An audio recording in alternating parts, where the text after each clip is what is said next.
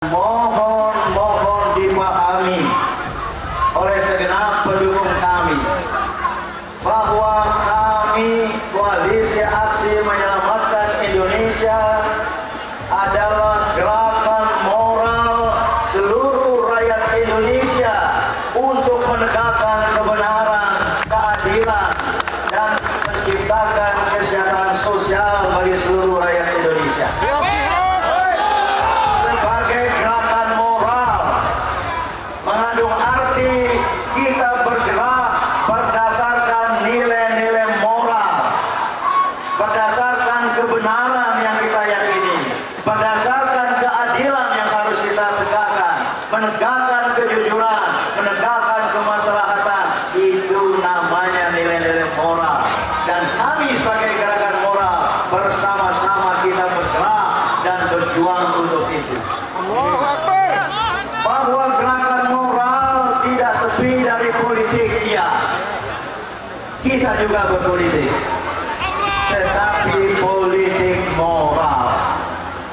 Tetapi politik berbasis nilai-nilai moral. Maka oleh karena itu, mari bergabung. Proxy war yang telah menjadi satu ancaman yang luar biasa terhadap kedaulatan suatu bangsa.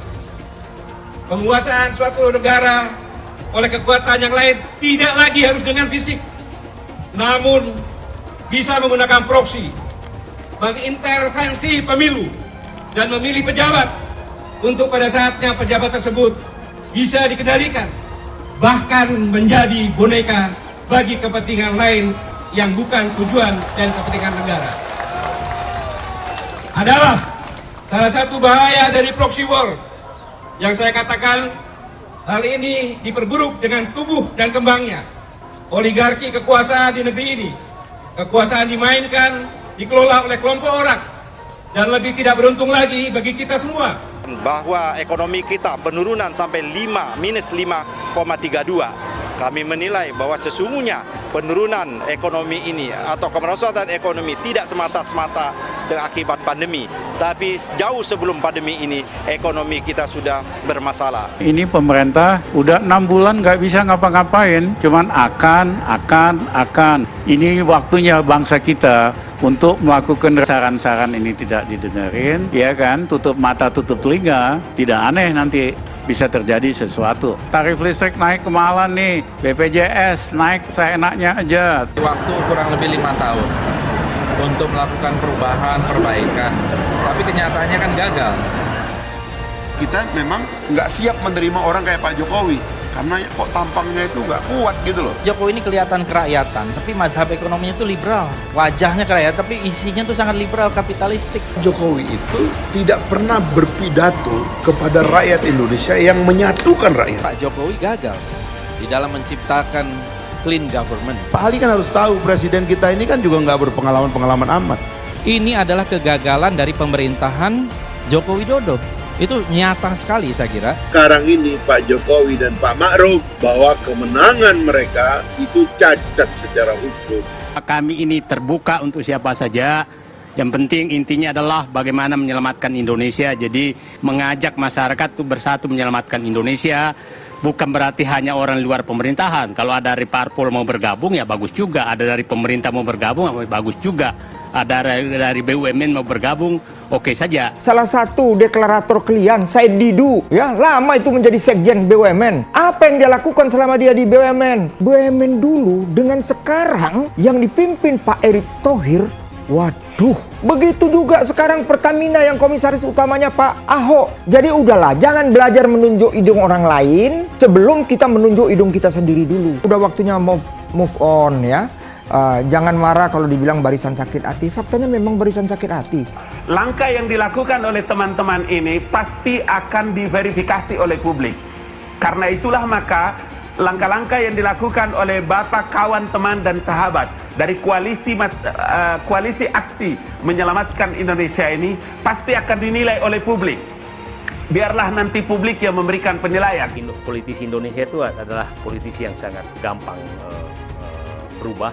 Tidak tahu bahwa bagaimana Pak Harto hanya hitungan hari dia bisa berbelok menjadi melawan Pak Harto dan rakyat semakin berat ekonominya sehingga terjadi kekeringan keuangan dan jadi ekonomi formal mengalami gangguan bulan Mei. Kemudian rakyat menghadapi krisis mulai Mei dan Juni. Kemudian di situ juga habis Lebaran yang butuh uang besar sekali dan di saat itu juga saya pikir dampak ekonomi global dari corona ini sudah mencapai puncaknya di bulan-bulan Mei dan Juni. Hanya cukup besar di luar Jiwasraya dan Asabri 33 triliun, reksadana dan lain-lain total itu hampir 150 triliun atau 10 billion dollar. Jadi kayak petinju kita udah kebanyakan utang, dikena jab gagal bayar, ya terjadi sesuatu yang kita tidak bisa harapkan. Persoalan sosial, akhirnya Soeharto jatuh. Itu saya menilai pertahanan Indonesia terlalu lemah, jauh dari yang diharapkan. Jadi bukan saya tidak percaya, saya ini TNI Pak, saya pertaruhkan nyawa di TNI. Saya lebih TNI dari banyak TNI. Akhirnya harga barang di dalam negeri akan ikut naik, harga nggak bisa dikendalikan, akhirnya pemerintahnya juga akan jatuh. Pasal 8 ayat 3 Undang-Undang Dasar 1945 yang mengatur jikalau terjadi kekosongan jabatan presiden dan wakil presiden, maka tugas-tugas kepresidenan akan dipegang Menhan sampai terpilihnya kembali presiden dan wakil presiden definitif. Hai teman-teman, saya mau memperlihatkan transaksi saya hari ini lakukan trading di eToro. Ini bukti transaksi saya untung $4.500 US, itu sekitar 68 juta rupiah. Semua keuntungan bisa saya dapatkan dengan fasilitas copy trading di eToro. Kalau saya bisa, kalian juga bisa guys. Oke, itu yang mau saya tunjukkan. Like video ini sekarang juga. Dapatkan cashback hingga $600 US atau 9 juta rupiah yang deposit di tanggal 17 Agustus sampai dengan 14 September. Adapun syarat dan ketentuan untuk promo ini. Promo ini berlaku baik akun atau nasabah baru dan pemilik akun eToro yang belum melakukan deposit. Lakukan setidaknya 1 kali transaksi buy atau sell ya pada aset apapun yang tersedia di eToro. Selama masa promo, kalau Anda deposit $500, Anda mendapatkan cashback $50. Kalau Anda deposit $1.000, Anda mendapatkan cashback $120. Dan kalau Anda deposit $5.000 US, Anda mendapatkan cashback hingga $600. Promo ini akan saya tuliskan dengan lengkap di kolom deskripsi, jadi register sekarang juga dan coba akun virtual atau demo dan lakukan deposit. Hai semua, dengan saya Jonas Leong. Terima kasih banyak buat kalian penonton setia yang selalu menonton di channel ini. Saya secara personal sangat menghargai waktu kalian dan saya sudah menganggap kalian sebagai family karena kalian selalu support di channel ini. Bagi kalian yang selalu menuliskan opini kalian di kolom komen, saya baca komen kalian satu persatu. Saya baca komen kalian untuk mengetahui opini kalian, tanggapan kalian, dan masukan kalian sangat berguna untuk video selanjutnya. Terima kasih banyak buat kalian yang selalu menekan tombol like di awal video. Video seperti ini membutuhkan waktu dan juga research. Dan ini semua gratis untuk kalian. Jadi pastikan kalian menekan tombol like-nya supaya saya mengetahui kalian menyukai konten yang saya bagikan. Buat kalian yang ingin mencoba bermain saham, silahkan tekan link di kolom deskripsi. Thank you. Tidak boleh seorang pun berbicara ketika tidak berbicara atas nama kami. Baik. Ketika tidak melalui dewan deklarator yang membuat tulis, dia tidak bisa berbicara atas nama kami. Saya bisa berbicara sebagai atas nama anggota DPR RI yang memang punya tugas konstitusional melakukan pengawasan. Dimanapun itu bisa. Misalnya saya sedang jalan kemudian melihat sesuatu yang tidak benar dan sebagainya dan saya melakukan aktivitas pengawasan sesuai dengan tugas konstitusi. Itu memungkinkan dalam tatip dan MD3 memungkinkan. Tapi dalam tatip mereka dalam bentuk jati diri, dia tidak bisa mengatasnamakan kami saat berbicara. Itu yang saya bilang, ini organisasi apa? Organisasi ini dalam jati dirinya sendiri sudah membelenggu kebebasan para anggotanya untuk menyikapi situasi ini. Kenapa? Mereka bergabung dalam sebuah organisasi, tapi seluruh pernyataannya adalah pernyataan pribadi nantinya. Ya ini kan mengganggu kerja mereka, membelenggu kerja mereka sendiri. Bentuk yang efektif kalau diatur kisi-kisinya. Secara garis besar, ke kanan seperti ini, ke kiri seperti ini. Koridor itulah yang diatur. Semua bisa bermain di situ. Di parlemen juga itu seperti itu. Sama dalam koridor itu harusnya bisa dong. Oke. Harusnya bisa. Nah ini yang pertama menurut saya membelenggu. Kedua, secara struktural terlalu rumit. Kenapa terlalu rumit? Misalnya begini, ada dewan deklarator, tetapi kemudian dipimpin oleh presidium. Presidiumnya merepresentasikan apa? Wilayah, keanggotaan, kelompok, organisasi, atau apa? Dalam uraian itu harus jelas. Kenapa? Presidium itu kan merepresentasikan sesuatu. Bisa merepresentasikan wilayah, bisa merepresentasikan organisasi, bisa merepresentasikan hal yang lain. Nah, di sini merepresentasikan apa? Jangan sampai presidium hanya merepresentasikan dirinya saja atau pernyataan-pernyataan dia sebelum-sebelumnya yang dianggap bagus, benar, cerdas, dan sebagainya. Ini juga persoalan. Menurut saya tidak mau mengkaji tentang analisa ini mau apa. Arief Buyono bilang begini, ada yang bilang mau bikin partai politik dan sebagainya. Saya tidak mau masuk wilayah itu. Saya mau melakukan kajian secara intelektual. Organisasional ini mungkin nggak bergerak cepat. Kalau menurut saya begini loh. Kenapa sih harus diatur sampai sedemikian rupa? Ada ketidakpercayaan di dalam sendiri. Kalau bukan bagian dari Dewan Deklarasi membuat pernyataan tertulis, semuanya bukan pernyataan resmi kami. Akan moral dia akan sangat terbuka terhadap semua pemikiran, semua ide, semua kritik. Kalau dia harus tergantung pada mekanisme Dewan Deklarator sebagai pagarnya, pagar sikap dan sebagainya, ini akan menjadi gerakan politik sebenarnya. Ini yang dilakukan oleh banyak organisasi-organisasi yang sebenarnya menjadi organisasi politik. Kalau misalnya dia gerakan moral, buka. Kenapa nilai moral belum tentu semua orang bisa sama pada satu hal. Ada nilai yang berbeda, cara pandang yang berbeda, latar belakang yang berbeda, sikap yang berbeda, situasi, banyak hal. Dan itu tidak bisa dihalangi hanya dengan pernyataan tertulis Dewan Deklarator. Ketika dipagari sedemikian rupa untuk mencegah nilai moralnya berbeda di dalam, ini serta-merta menurut saya mengarah pada gerakan politik. Kalau dia mengarah pada gerakan politik, pemilu masih jauh. Apakah kemudian mau menjelma menjadi partai politik di kemudian hari? Saya pernah bersumpah. Inti sumpahnya, demi Allah saya bersumpah selalu setia kepada negara kesatuan Republik Indonesia yang mendasarkan Pancasila dan Undang-Undang Dasar 1945. Maka kita bersama-sama menyampaikan suara hati nurani rakyat. Kondisi sekarang ini tidak normal memang. Karena dengan COVID ini terjadi pembekuan, proses pembekuan. Kalau kita hanya menyampaikan hal-hal yang kondisi nyata, kemudian menyampaikan tuntutan, harus ada solusinya. Tadi saya sampaikan bahwa negara kita ini adalah negara yang luar biasa. Seandainya kamu sebagai presiden di negara, bukan negara kesatuan Republik Indonesia, dari analisa ahli-ahlimu bahwa negaramu akan menjadi krisis pangan, krisis energi, krisis air, kemudian melihat ada Indonesia yang bisa menyelamatkan negaramu karena dia punya potensi, apa yang kamu lakukan? Apa jawabannya? Akan membeli undang-undang. Bukan saya Pak, mahasiswa ini. Karena itu termasuk pasca sarjana. Gimana caranya? Waktu itu saya masih Pangkostrat. Pangkostrat jangan pura-pura tidak tahu. Di DPR kan hanya komisinya kan sedikit Pak.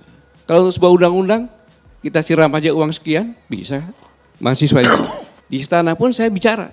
Waspada terhadap kemungkinan senjata biologi yang dapat melumpuhkan suatu negara dan bisa terjadi epidemi. Saya tidak mengatakan apa yang disampaikan benar, tapi itu kejadian.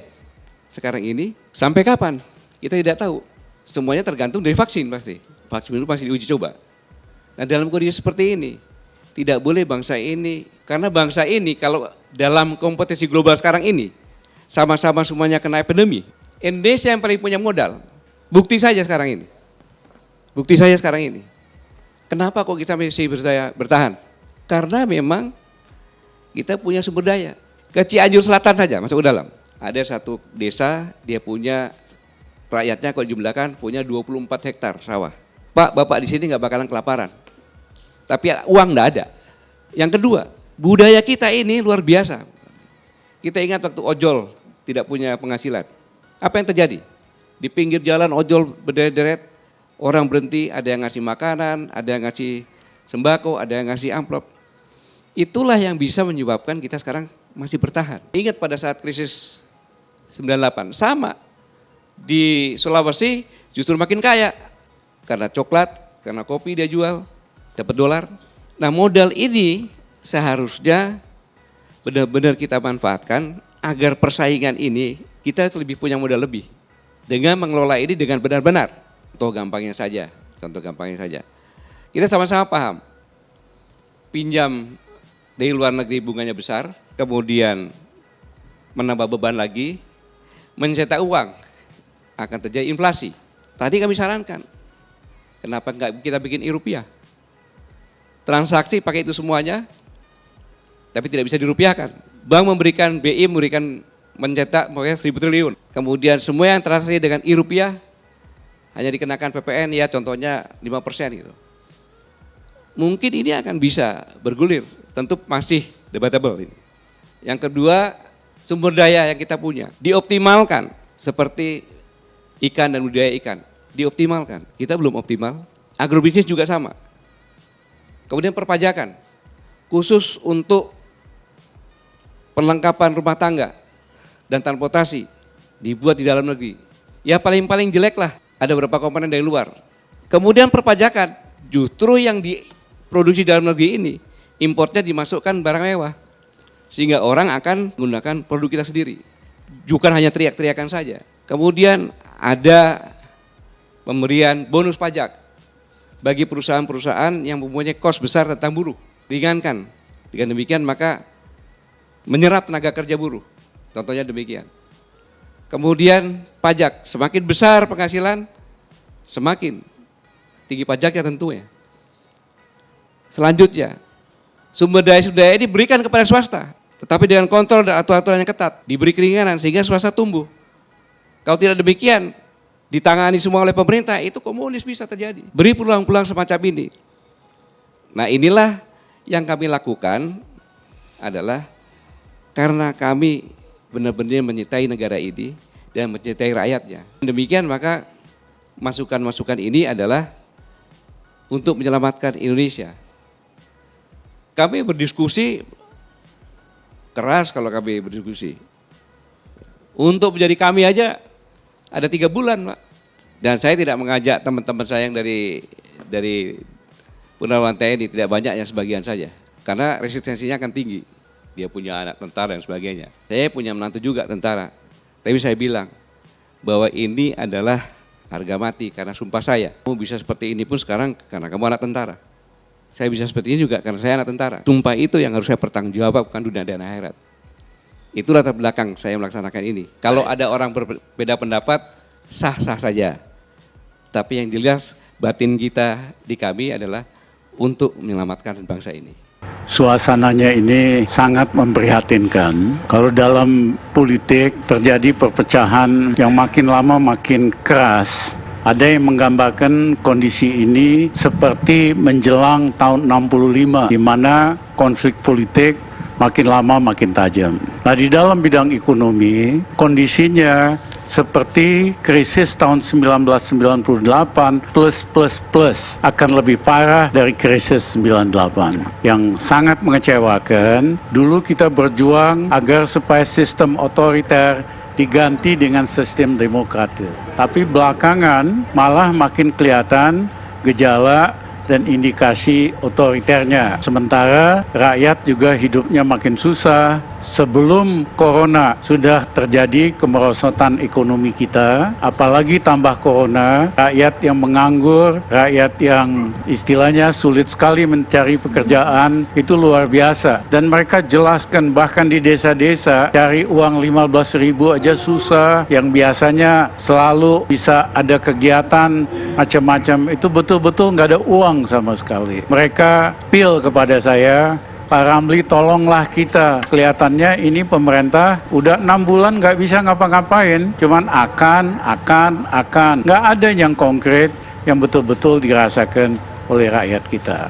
Itulah saya kira yang mendorong dibentuknya kami ini oleh berbagai tokoh, ada mahasiswa, ada anak muda dari berbagai profesi, dan sangat majemuk. Ada tokoh-tokoh intelektual, ada tokoh-tokoh agama Islam, Kristen, Buddhis, dan sebagainya.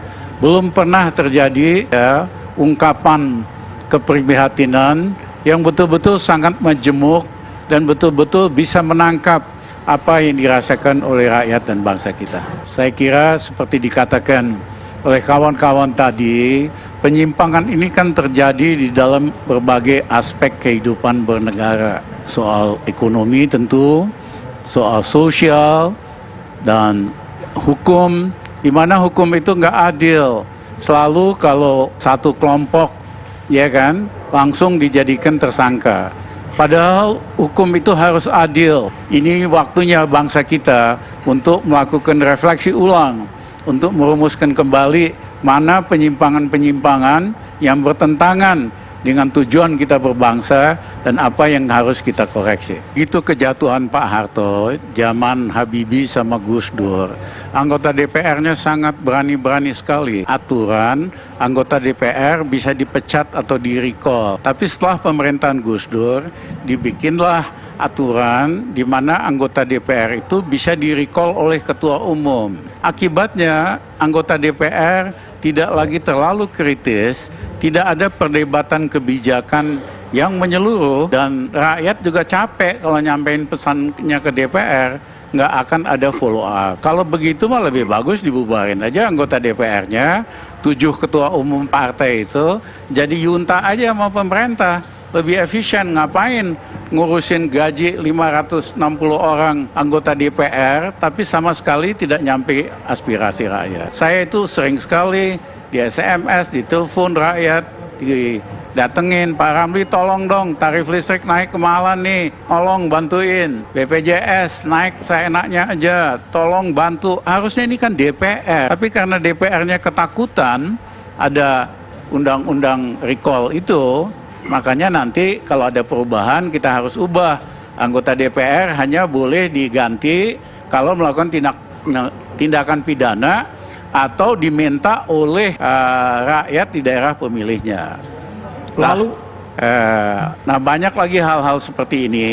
Kami kan cuman menyampaikan ini loh, ya kan, aspirasi masyarakat. Ternyata dukungan dari rakyat luas sekali. Itu diikuti deklarasi dari berbagai kota di seluruh Indonesia pada saat yang bersamaan. Diikuti oleh orang-orang Indonesia di luar negeri yang menunjukkan bahwa mereka juga capek dengan kondisi krisis yang nggak jelas juntrungannya dengan kelemahan kepemimpinan model begini. Dari bahasanya aja tadi kan cukup komprehensif tuntutan-tuntutannya. Cuman buat rakyat barangkali terlalu masih susah itu bahasa itu, ya. Berbeda misalnya dengan tritura dan sebagainya. Tapi pada waktunya kalau tuntutan ini tidak didengarkan, saran-saran ini tidak didengarin, tentu formatnya juga akan mengalami perubahan. Cuman sampai titik ini disepakati bahwa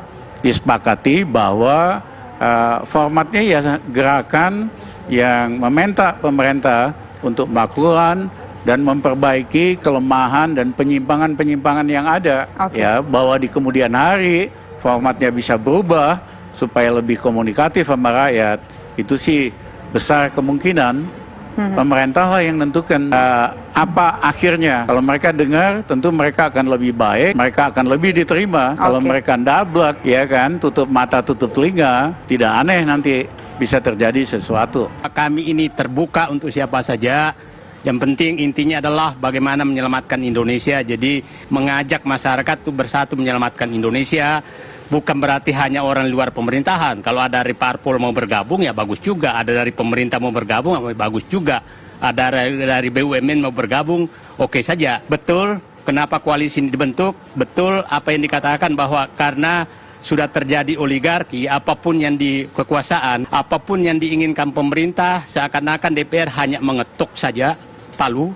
Bahkan DPR dengan sengaja mengamputasi dirinya melalui Undang-Undang Nomor 2 Tahun 2020 yang menghilangkan hak budget terhadap dirinya. Itu menjadi perhatian kita juga. Akhirnya seakan-akan apapun yang diinginkan pemerintah itu berjalan tanpa perlu ada kontrol. Sehingga terbentuklah koalisi ini juga untuk memberikan masukan kepada pemerintah dan DPR agar negara ini dikelola dengan baik. Jadi ada benarnya bahwa koalisi terbentuk karena tidak ada lagi oposisi. Jadi saya berharap jangan sampai orang-orang ini dianggap bahwa ini adalah orang-orang yang harus diintimidasi, harus ditekan agar berhenti melakukan itu. Ini jangan dikaitkan dengan itu karena sesuai konstitusi bahwa warga negara itu berhak untuk menyuarakan apa yang terbaik bagi negeri ini.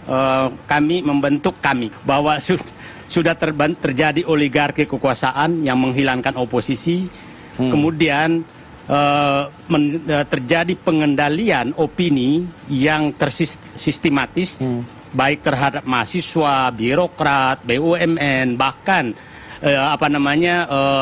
media sosial mereka dikontrol sehingga kebebasan itu hilang sama sekali.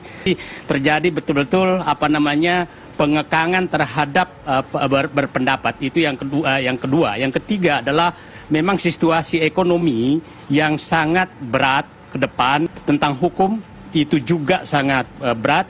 Dan yang terakhir juga sebenarnya adalah kami ini adalah tentang ideologi. Ini sudah diutak-atik sampai ke dasar yang sangat membahayakan persatuan dan kesatuan. Itu yang semakin mendorong komponen ini bersatu. Saya ini orang 32 tahun di birokrasi. Saya mengenal mereka semua pada saat masih di dalam, dan saya kenal mereka, dan saya baru heran kenapa mereka sekarang bersatu betul semuanya dalam satu misi perjuangan adalah menyelamatkan Indonesia. Jadi ini komponennya saya juga hafal semua komponennya, dan alhamdulillah ini menyatu tidak ada agenda pribadi masing-masing, tapi menyatu untuk menyelamatkan Indonesia. Faktanya bisa dilihat, periode pertama masuk periode kedua, rakyat masih mempercayakan Pak Jokowi sebagai presiden periode kedua. Itu demokrasi, Pak. Faktanya sekarang Pak Prabowo bersama kami, bersama Pak Joko Widodo. Bahkan beliau mengatakan, ya, beliau bangga melihat cara kerja Pak Jokowi. Nyatanya juga sadar hal ini. Tolonglah teladani kenegarawanan Pak Prabowo. Jangan kita udah waktunya move on, ya. Jangan marah kalau dibilang barisan sakit hati. Faktanya memang barisan sakit hati. Dan saya lihat, ya, kenapa saya bilang barisan sakit hati, mungkin waktu Pak Prabowo ikut bersama Pak Joko Widodo, mungkin kemarin semua kepingin juga mau ikut Pak Prabowo, dibawa ke gerbong Pak Prabowo. Tapi kan Pak Prabowo juga bisa melihat siapa-siapa yang orang pantas untuk mendampingi beliau di pemerintahan. Jadi udahlah, nggak waktunya lagi, apalagi di dalam suasana pandemi. Ya, kita tahu kita sekarang harus bersama-sama. Ya, saya heran, ya, Pak Jokowi yang sedemikian, tapi seorang penggagas namanya Din Samsudin, ya, mau menyelamatkan kapal karam. Kalian yang ada di kapal yang sudah karam, maaf, kalian mau menyelamatkan kapal besar yang nahodanya Pak Joko Widodo sedang berlayar di lautan yang penuh gelombang, ombak besar, salah satu corona. Belum lagi di negara lain sudah resesi ekonomi dan lain sebagainya. Tapi beliau sebagai nahoda tetap bersama jajarannya, para menterinya, pendukung-pendukungnya, partai-partai politik di belakangnya. Beliau tetap tegar seperti apa yang beliau katakan. Doakan, insya Allah kita akan menjadi Indonesia maju, jadi negara yang kita harapkan. Lain kepemimpinan era di siapapun presiden yang pernah ada di Indonesia. Jangan lihat apple to apple antara Pak SBY dengan Pak Joko Widodo. Itu lain di era Ibu Megawati, ya, di era Pak Habibie, Pak almarhum Gus Dur, Pak almarhum Pak Harto, dan proklamator kita Bung Karno. Itu beda.